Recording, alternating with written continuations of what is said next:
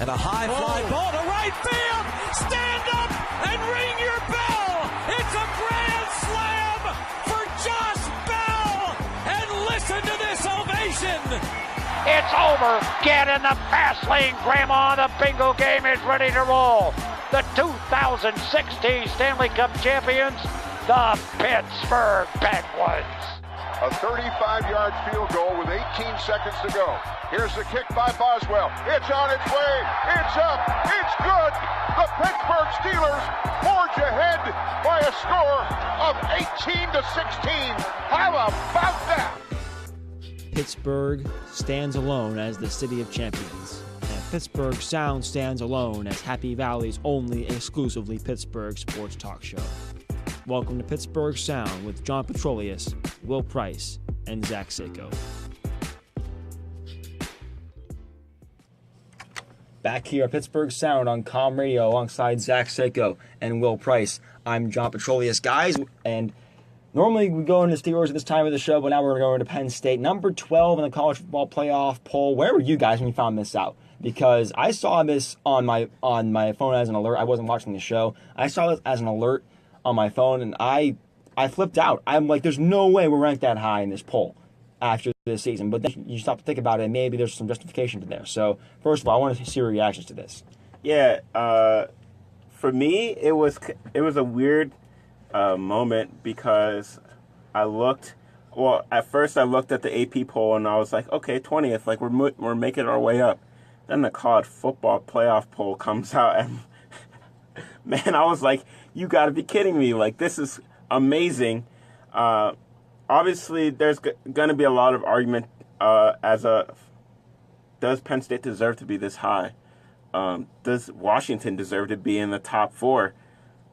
There's a lot of questions. Yeah, Washington does. I'm a big fan of Washington. They should be in that top 25 or the top 4, I think. I think that what happened is that they viewed Penn State's win against Ohio State as something bigger, as almost how we viewed it here in Happy Valley, of just one of the most monumental upsets that we've ever experienced. And with Penn State's performance in Purdue, which we'll get into later, you should see Penn State either stay in that spot or potentially take a rise to the top 10 if they keep dominating opponents in that way. They're the only team to score 60 points last week in the top 25.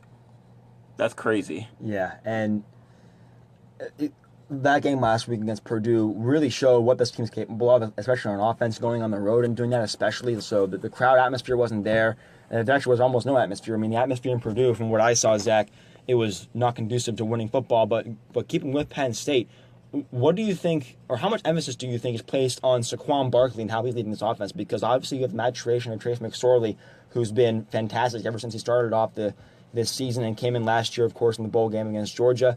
Now you have McSorley and Barkley having this great combination at quarterback, running back. How do you see these guys developing in the future now? Because obviously they're a huge part of the offense. Well, Barkley's the face of the team, and if you watch what Penn State does, they're trying not to be too obvious when they use Barkley, because that's what teams go in. They game plan for Barkley. They want to stop him. They know how good he is, and they know that Penn State doesn't really like to cycle running backs through. It was nice seeing Andre Robinson and Miles Sanders get touches in that game, but when you win by 62 points, you're going to put your other athletes in there. So it was nice to see. I previewed this game for Com Radio last week, and I was like, this would be a great opportunity for McSorley to really get his arm going, make some connections with his receivers, and he did. I'm like, as bad as Purdue's defense is at stopping the run, McSorley has a great opportunity to really build some confidence as a passer. And now moving on to the ranking, and I totally agree with his confidence building and the depth of finally using at running back. They had the guys to do it at running back.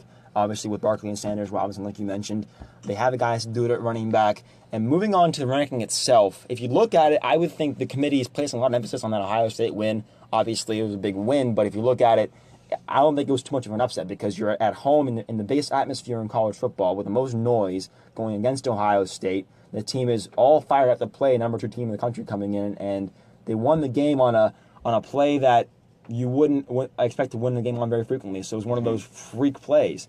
So I wouldn't say it was a dominating performance, but the committee does not take those in-game factors into account. So the fact that Penn State won the game on a blocked field goal was equal in the eyes of the committee as Penn State winning that game 45-14. So alongside that, the strength of schedule is better than what meets the eye, apparently, according to the committee. I personally would not consider the Pitt loss and Michigan losses to be bad losses. Like I said, I would still consider Michigan to be a bad loss. Oh yeah, getting blown out like that's not really exactly ideal. But that Pitt loss that came all the way back and were a drop pass away from taking the lead in that game, the committee does not incentivize the margin of victory. So now, moving on from that, the Penn State's bowl hopes are pretty high now. They're 6-2. They're favored the rest of their games. Iowa on the schedule this weekend, who we'll get into this a little bit later, has a history of coming out and beating Penn State when it matters most. But this team's bowl hopes are all of a sudden very high in a season where 2 weeks ago everyone was clamoring for the head coach to be fired. So where do you guys, and real quickly before we move on to Iowa, where do you see this team going in terms of a bowl host? Because the granddaddy of them all is a possibility for Penn State in the postseason. Yeah. So first and foremost, I want to apologize to Coach Franklin. I know I've been very tough on you in the past couple weeks, and I sincerely want to thank you for all the things that you're doing for this program. I mean, as a fan, as someone who was here during all the scandals, all the rough times, all the sanctions, the way that you've led this team and the way that you've brought Penn State out of the darkness, so to say, and worked with all of our, brought in fantastic talent. I mean, I have to commend him for the job that he's done. Granted, the season is not over, but this is all I could have hoped for this season. Many people didn't think Penn State would be ranked at all. So kudos to you, Coach Franklin, and your staff. Thank you so much. Now, with this Iowa game, I remember Iowa always being a tough opponent in the past. So I definitely think we can't take this game lightly, as we can't take any game from here on out, no matter if we're playing Ohio State or playing Rutgers. We have to take every game seriously, and I think this team has showed that they are willing to do that.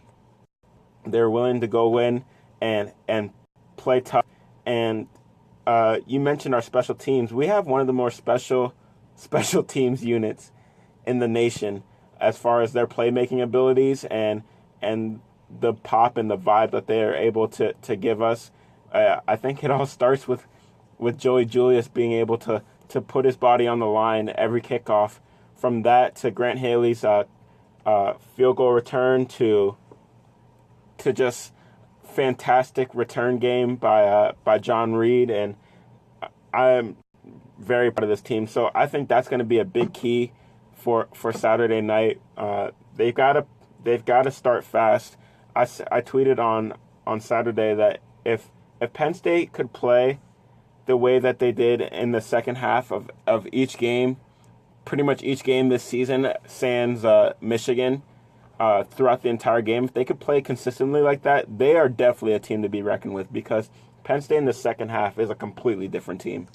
Totally agree with the second half mentality. And Zach, again, before we get into Iowa real quick, what do you think Penn State's bowl hopes could be realistically? Because if you look at the Big Ten East, Ohio State for Penn State is out of the picture because of the tiebreaker win. If Penn State wins out, Ohio State is out of the picture. So where do you see Penn State falling in that regard? It's going to be tough to assess because I would like to see them in the Big Ten championship game, but that's all. Ohio State would have to beat Michigan, and I think Michigan has to lose too, and I don't see that happening. So they have to lose 2 games, you're right. So it's probably going to end up being, Michigan in the Big Ten championship. That's expected. I could see Ohio State winning that game, but that's a different story. So whereas Penn State, where they're going to fall or where they're going to rise, they could be in the top 10. I mean, number 12 is very, ambitious for the playoff committee. I was really surprised when they brought that ranking out. But, looking at it, I think that Penn State can continue to rise because I do believe that they can win out and finish 10-2, and then that's only going to have them jump more spots because they're going to say, okay, they're consistent, they're good, they deserve a New Year's Bowl. So I think that's definitely their ceiling, and really almost very close to their basement. The only game that I see left on their schedule that's really that bad, not even the Iowa game because it's at home, it's that Indiana game where they have to go on the road and face a tough Indiana offense. That gave Ohio State the same fits. So, yeah, great point about Michigan still being a factor there. I'm going to go ahead and argue and say that Penn State, because Michigan is a playoff team, undefeated right now as a playoff team. That's very true. If they're a playoff team, then the Rose Bowl is just as much of a possibility for Penn State if they win out because they had the tiebreaker over Ohio State, and Michigan goes to the playoff. Even if they win the Big Ten championship game, Penn State would go to the Rose Bowl if whoever is in the West comes out of there and comes out of there and with too many losses. I don't see Nebraska in that. Not only does it depend on Michigan, but if it depends on also on what Washington does because they're the last hope for the Big 12. Not the Big 12. The Big 12 has no hope. I'm talking about the Pac-12. As far as serious contenders, because they beat Stanford. Stanford's not really. I don't even think they're ranked anymore. So if Washington ends up making it as like maybe a 4 seed, it could be the Rose Bowl between as one of the 4 games or the 2 games that decide who goes to the national championship, one of the playoff games. So, yeah, I don't know if we'll go to the Rose Bowl per se, but I think that if we do win out, we're definitely getting a New Year's Day Bowl. And Zach, one more thing from you before we go to break. Yeah, something that's really out there is that, say, Michigan goes to the Big Ten championship and we keep winning and rising up those ranks. Do you guys think there's even the slightest chance that we could be in the top 4? Say Michigan lose the Big Ten championship to a Nebraska team that's going to be that's going to be ranked really low. So if they lose that, does Penn State possibly get that 4th spot? Because I could see Clemson losing. I really don't think they're that good, and they hold the tiebreaker over Ohio State, and assuming they lose to Michigan, could they do that? Could they really jump based on what happens over championship weekend? Oh, championship weekend, that's a whole different issue. I thought you were talking about in the actual regular season because you would need teams like Clemson to lose, you need A&M to lose again, you need Washington to lose, and all those teams don't have exactly strong schedules on the way out of the season. Also, you have to have Auburn and Oklahoma go down again, so you have a lot of teams ahead of Penn State that I'm still holding out for Louisville, to be honest. And Louisville, too, yeah. So, but could you really see that? I mean, the ACC, all those championship games come around, say a few of those teams, because I think Alabama's going to beat Auburn, so a lot of those teams still have one more guaranteed or semi-guaranteed loss, but Penn State really doesn't. So if they keep, just kind of winning out and silently progressing their way up the polls, could they move into the top? I mean, I'm not saying this will happen. This is just very ambitious, is what I'm saying. Could it happen? It's very ambitious, and I think number 12 ranking definitely helps Penn State in that regard. Some people would say they're overrated, but if you come down to it, in the other teams in that part of the poll, you look at a team like Florida, you look at a team like LSU and Auburn, all those teams in that area, they've suffered some setbacks, and Penn State really hasn't, other than that very close pit loss and losing badly to a very, very, very, very, very good Michigan team. So, with that said, we'll take a break, and when we come back, we will get into the Iowa Hawkeyes and why they could be a tougher opponent for Penn State than people may believe. And now that Penn State's ranked again, the Iowa Demons may be coming back to haunt us. So, and I'm sure Will, as a state college leader, knows all about the Iowa Hawkeyes and what they've done to Penn State historically. So James Franklin talked about it as well. We'll discuss that when we come back. This is Pittsburgh Sound on Calm Radio. Get ready for this segment because James Franklin was all over this yesterday at practice. He was all over this. Someone asked him, how do you feel about the how do you feel about the playoff poll ranking? And he literally said Iowa, Iowa, Iowa, Iowa, Iowa, and I quote. He actually said the word Iowa 15 times. Well, he knows what to focus on. If you want a coach to keep your team focused, you don't like they're saying. What if they go into Purdue and they lose focus because they just came off one of the most monumental wins in program history. Well, they didn't. So I think they're focused, and they're focused on the bigger goal of potentially getting into the playoffs, which I'm laughing at. But if this happens, I'm going to cry. I'm not going to lie. I'm going to cry, y'all.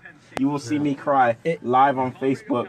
We're going to get into this segment here with the Iowa Hawkeyes. This is Pittsburgh Sound on Calm Radio, and the Pittsburgh Steelers are coming to town this weekend to face Penn State. I'm just only talking about, of course, the Iowa Hawkeyes and their uniforms, which they deliberately borrowed from the Pittsburgh Steelers. Yeah, I don't know what the copyright infringement, but funny story, when I was a kid, I always used to think that the Steelers were playing Penn State whenever Iowa would come to town, and I'd be so confused because their helmets didn't look the same, but everything else did. Yeah, but you know what? They actually did genuinely say to the Steelers, can we borrow a uniform scheme, and that's how it worked out. So before we get into Iowa, real quick, Zach, how do you feel about Iowa's uniforms being so closely alike to the Steelers? Yeah, I have to agree with Will. I remember as a kid saying to my parents, I was like, wait, I thought the Steelers were a professional team. So it doesn't bother me now. Back then it did a lot because it was really confusing to me being a 4-year-old. But yeah, their scheme, I think it works. I do like their uniforms, even if it's I think I like them more because it's reminiscent of the Steelers. But it matters about football. Can the Penn State beat up on those Steeler-like uniforms? It's going to be difficult to watch someone beat up on the Steelers that badly, or at least someone wearing the Steelers colors that badly. Well, as long as they don't steal the Bumblebee uniforms, I'm okay. I know. Please, I don't think anyone's stealing those uniforms. Yeah. Someone please steal uniforms because, even though they're gone now, make sure they don't ever come back. So with the Iowa Hawkeyes coming to town, they have a history of beating Penn State, like we said. Head coach Kirk Ferentz is 8-4 all-time against Penn State.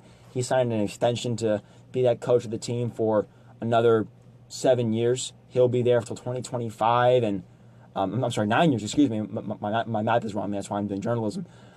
So Penn State has faced Iowa 4 times. The last 4 times Iowa faced Penn State, when Penn State was ranked, here's what happened.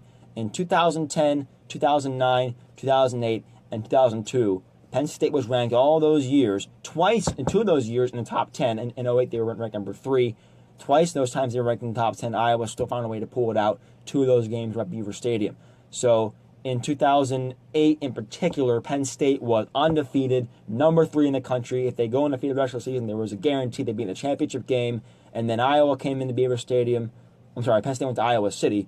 They lost to Iowa there on their way to the Rose Bowl. They're still on the Big Ten championship game, but they lost their perfect season bid and lost in the Rose Bowl to Mark Sanchez and the USC Trojans. So, it is what it is. That's what happened then, but it's all about now for James Franklin here. So, Iowa also a very good road team. Franklin's saying they're 15-3 in their last 18 road games, 9-game road winning streak, good for second most in the nation in that category. So, Iowa has caused Penn State favorable positions before. They are a team built to win. What is it about Iowa, guys, and their philosophy that makes them so hard to play? Because it seems like unless you're Christian McCaffrey and the Stanford Cardinal, whatever the hell their team name is, unless you're Christian McCaffrey in that area, it seems like you can't blow out Iowa except if you're Christian McCaffrey.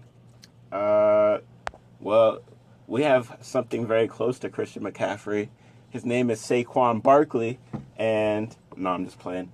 I'll get into it. So I think what we've seen from Iowa, what they do the best is they have a hard-nosed defense.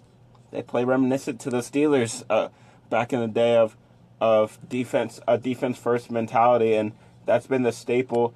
You can look at some of the players that have come out of Iowa. Most notably, A.J. Hawk, right? A.J. Hawk came out of Iowa and is now a top tier. I don't want to say top tier, but depth players. And I'm going to be honest, like when it comes to draft time, I'm going to be looking at some of their players, especially in the secondary, to bolster the Steelers lineup. But we saw what happened when Penn State faced top tier defenses.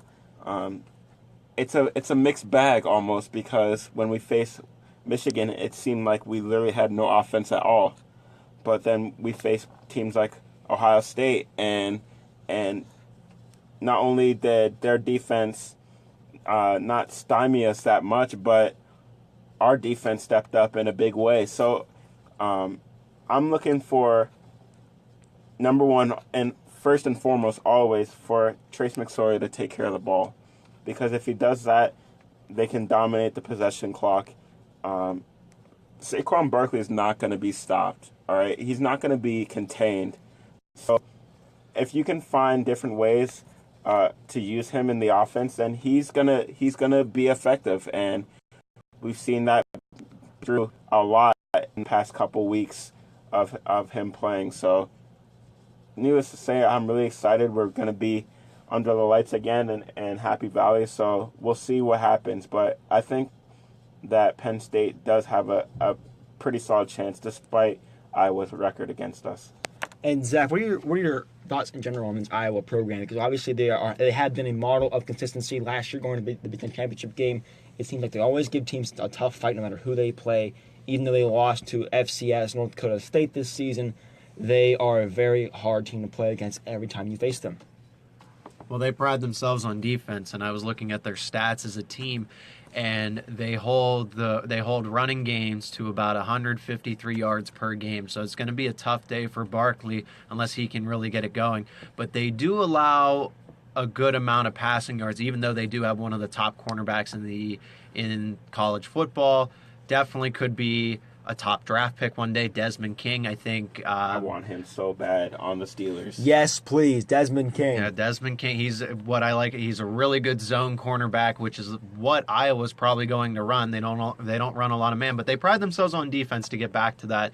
And I think that's defense wins championships. That's my motto. That's a lot of winning teams' mottos. So, looking at it, how's Penn State kind of combat that? Will, you made a good point about, Penn State struggles early on. And I don't think I really don't look at that Michigan loss as the defining moment in Penn State's season. I really think that, they just had a lot of chemistry issues. They couldn't get it going. Transitioning from Hackenberg to McSorley is a big change, from pocket to mobile quarterback. Mm-hmm. And I know you had the offseason to work on that, but still at the same time, you don't get that in-game experience. There's no preseason in college football. There isn't. So they don't really have time. They're practicing against themselves, and they're like, okay, we're good to go. So this is, a lot of people say this is when teams are defined, this middle to the end of the season. And that, I think Penn State is accurately ranked because those games against Michigan and Pitt, they didn't know. They didn't have an identity. We didn't know who they were. We were really, upset. A lot of people are saying we got to change, make a change from Franklin, but they didn't even know who they were yet. Now that they have an identity, they're a really good football team, and they're going to start ripping defenses apart now that they have this really good offensive identity.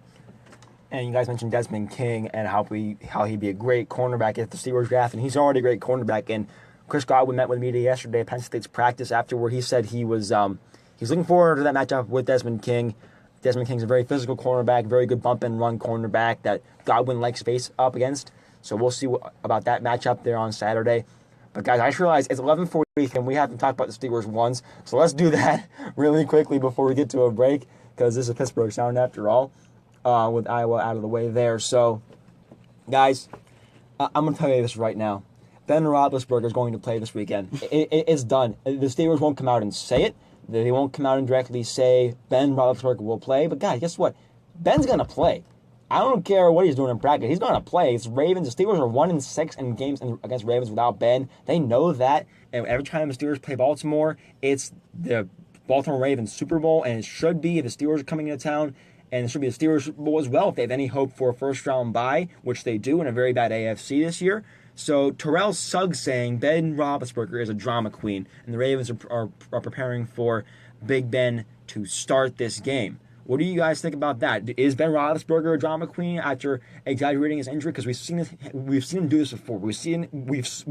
I can't talk today. We saw him do this last year against Denver in the playoff game, and he torched the Broncos on the first play after a slap. It was basically a slap in the face. Is Ben Roethlisberger a drama queen? Zach, we'll start off with you on this one. No, No, he's not. I mean, he's been through a motorcycle accident. He's been through, let's not forget this, when he played against the Kansas City Chiefs, I think 4 or 5 years ago, if he played another game, I think there was a bone that was broken in his chest that if he got tackled the right way, it could put him into cardiac arrest or even kill him. So I don't think he's a drama queen. So I don't care what Terrell Suggs or any of them say. Looking at it, I think Ben's playing, he's very tough. He's had so many knee injuries. I mean, that guy is going to, he's going to have the worst knees when he's 50, 60 years old. So, but he's coming back against the Ravens, and we know how physical and tough the Ravens are. So it's going to be interesting to see. They're going to hit him. They're going to try to hit him. They're not going to try to dirty hit him like the Bengals, but I expect them to, not let up. This is the Pittsburgh-Baltimore rivalry, and I'm expecting to see a slugfest kind of game. A friend of mine, Dominic Caruso, commenting here on my feed here saying, Ben may be a drama queen, but he gets hit more than any other quarterback in the league. And he said in an interview with Marcus Gilbert, Marcus Gilbert said in an interview publicly, he said, man, Ben Roethlisberger takes more punishment back there than anybody else. And if players can't see that, then it's impossible to see. So what are your thoughts on Suggs' comments? Because obviously they're a little bit exaggerated coming from a rival, and Suggs saying, of course, we expect Ben to play. Right. Here's the thing. I don't really look into this too much because I see this as Terrell Suggs trying to stoke the fires of a once great rivalry. It's still great, by the way. I think it's still great. Yeah, but back when it was Troy Polamalu, Ray Lewis, Ed Reed, Hines Ward, Jerome Bettis, you know who I'm talking about, Joey Porter. Those are the days when these games are the most hard-hitting, and they just want to get back to those days because the Steelers and the Ravens are not the same teams that they were back in the early 2000s. And what's happening is that Terrell Suggs is trying to reclaim some of that glory that was that rivalry. I would say that our rivalry is still great, but it's a whole different type of rivalry. Real quick on Ben Roethlisberger, if he is dead set on playing on Sunday, he needs to protect himself because we need him for the future. If we want any chance at the Super Bowl, we need Ben Roethlisberger to stay healthy.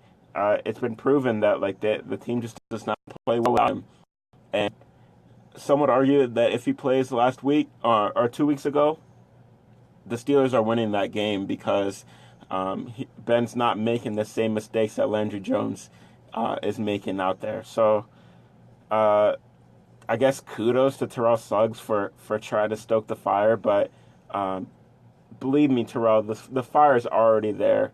As a lifelong Steelers fan, I'm always excited to see them play the Ravens. If not, very nervous because I know how well both teams play each other.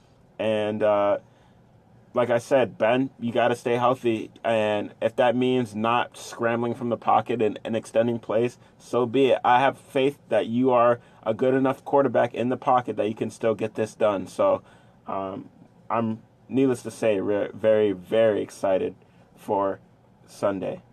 And Will Price speaking directly to Ben Roethlisberger there, saying he's got this. I hope Ben's watching me live on Facebook right now.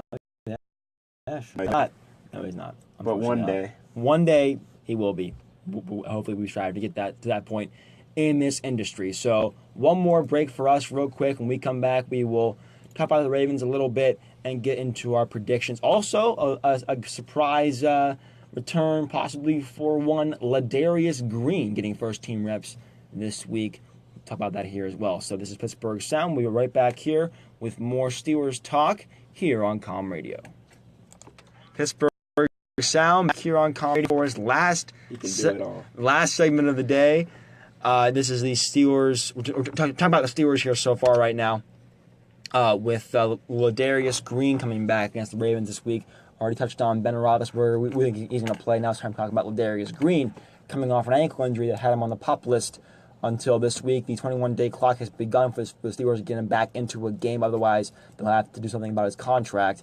So getting first-team reps this week, Mike Tomlin saying he was impressed with Green's physicality and short learning curve. My question for you guys, though, is where does he fit on the offense? Because we know the scouting report. We know how good he can be from what we've seen with San Diego last year and what he can do. We know that he's basically a receiver in a tight end's body. We know how fast he is. We know how good he is at making plays in the open field. The thing with him is, though, this is his first week practicing as a Steeler, and we signed him in July. So that learning curve better be short. I'm glad it has been. But where does he fit in? Because Jesse James, I would argue, Penn State guy, shout out to him. Jesse James has already made a name for himself on this offense already. So, Zach, we'll go to you first here again. Yeah, I think Ladarius Green should be involved in the offense, whether it's this week, next week, or for the rest of the season. I think because when you look at it, why couldn't we use a two tight end system like the Patriots use? You know, I think that having James and Grimble or James and Green or Grimble and Green on the field gives Ben a lot more options because we already said it. Green is a wide receiver in a tight end's body, so you can put him in the slot. You can have him line up as a tight end. You put him out wide, and he'll still make plays because of that speed, and that body is just going to make him harder to cover for corners because he's 6'4", 6'5", and then for linebackers because he's so fast.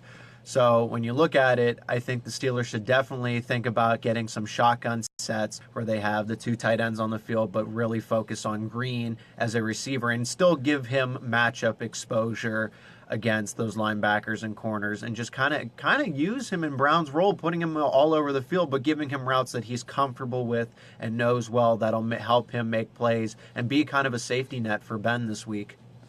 And I would argue that Ladarius Green could be especially effective in a game against Baltimore with the linebackers being so effective as they are. Maybe he takes a guy like Terrell Suggs out of the equation on the blitz, although I would think Terrell Suggs wouldn't be the one covering him. Maybe Mosley out there covering him. But still, that takes Mosley out of the equation for Baltimore at a linebacker position, putting him in coverage, and obviously still matchup problems. So, Will, your thoughts on this too? Because obviously Jesse James has been very good. Dom here saying in the comment section of our Facebook live feed, they're going to fade Green into the lineup so he doesn't get caught off guard, get back up to experience. And I agree with Dom here. He's saying he needs more in-game experience.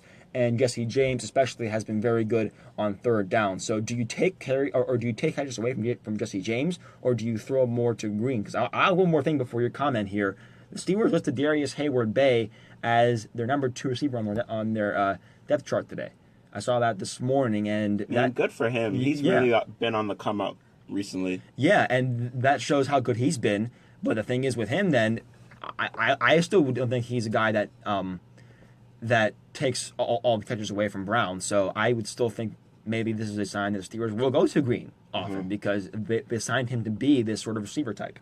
Yeah, here's the thing. I'm gonna make this because I know we don't have a lot of time left, but the Steelers and Ladarius Green could really learn from Rob Gronkowski of how to use your tight end effectively when there are super freak athletes such as Ladarius Green. He may not be as physical as Gronk, but he definitely is faster than Gronk and has great catching ability. So they've got to be able to use him versatile, and I do see them in a two tight end system. And even if this ends up failing and Ladarius Green does not pan out to be the person that or the player that we thought he could be, we still have young promising talent in Jesse James and Xavier Grimble. So to me, it's just a lot of the Steelers being able to use so many different players in versatile positions, and I'm really excited to see what this offense can accomplish. We could be seeing Jimmy Graham numbers from Ladarius Green in the near future. So I'm really excited. Now, Jimmy Graham numbers for New Orleans or Seattle, because there's a big difference there. Jimmy in New Orleans for sure. Well, that means Ladarius Green will have to be the best tight end in the NFL immediately. So we'll see how that turns out. But hopefully, one more thing with Green. Hopefully, it won't take from your boy AB's catches, because I know how much. Man, nobody's taking AB's catches, dog. Like I keep telling you, this man is greatness. He's gonna get the ball. Even when Landry Jones was in, he still got like 9 catches, right? So like, AB's still going to get his bread. He's going to get his yards, and he's going to get touchdowns. Yeah, so Antonio Brown still clearly number one receiver in Shout out Will's. to my brother AB. Yeah. I hope you watch one day. Yeah, so clearly Antonio Brown is number one in the Steelers' targets department and number one in Will's heart, as always. So now we'll get into predictions for this weekend. Pretty simple, nothing much to add with predictions this week. It's going to be Penn State and Iowa on our agenda today, and Steelers and Ravens. I just want this winner and score from you guys. So, Zach, go first. I want your Penn State, Iowa, and Steelers, Ravens scores. 23-20, Penn State over Iowa. I think the home field advantage makes a big difference, but Iowa's defense is still going to be tough. And for the Steeler game, I think the Steelers can pull this one out. The Ravens just don't look that good to me. I know it's in Baltimore, it's going to make it close, and I think it's going to be a slugfest, so I could see like a 17-14 kind of game with Pittsburgh coming on top. Will Price. Yeah, I'll take Penn State as well. I'll take Penn State at, let's say, 24. That seems to be a good number for Penn State. And I'll go Iowa 17, losing by a touchdown. I'll take the Steelers on the road 20-14. You guys are going to hate me. You really are. One of these teams is Someone's got to do it. One of our home teams is going to lose this weekend, and unfortunately, I think it's going to be Penn State. Oh. Because, you know... I would pick the Steelers to lose over Penn State if we're being honest, but I'm not going to pick that because I love my team. Well, I think the Steelers, if Ben plays, they'll be able to run the ball with Baltimore effectively and throw the ball with Ladarius Green. So assuming they use Ladarius Green effectively to the way we're talking about that, then the Steelers win that game. But I think Penn State... Well, first of all, the Steelers win that game, I think, 20-17. Close game, kind of low scoring. Penn State, though, I'm going to keep going back to what Kirk Ferentz does with Iowa in the past. They beat Penn State teams that are ranked, and I just can't see that. I can't quite see that coming to fruition this year. I also can't quite see Penn State coming in at 10-2 to fruition this year. So that seems like a very ambitious for this team, even though they're favored in every game. Beating Ohio State was ambitious. Yeah, but that took a very special play to win that game. And those were Paterno teams that Iowa beat. I don't think he's beaten a ranked Franklin team. I don't think he's played a ranked Franklin team. Yeah. Well, I mean, No one has. obviously, nobody has. No one's played a ranked Franklin team until Purdue last week. So, I still think though that these teams in the past with Penn State and their ranked teams, they were better than this team this year. Obviously, with Paterno's teams, I think they were better than the Penn State this year. Penn State's still a year away from being very, very, very, very, very good. I think Iowa comes in and wins this one barely in sort of the same fashion that Penn State beat Ohio State in some sort of fluky play. Will win this one for Iowa. So, James Franklin's predictions, nice, Will. Penn State's predictions from James Franklin might come to fruition there. So we'll see what happens. You never know. Any given Saturday, we don't know what happens here. But that'll do it for us here on the show today. Thank you very much for tuning in either on Calm Radio, over the radio, or from Facebook Live today, on Will's account or my account. Thank you so much for tuning in to us today alongside Zach Seyko and Will Price signing off here. I'm John Petrolias. This has been Pittsburgh Sound on Calm Radio.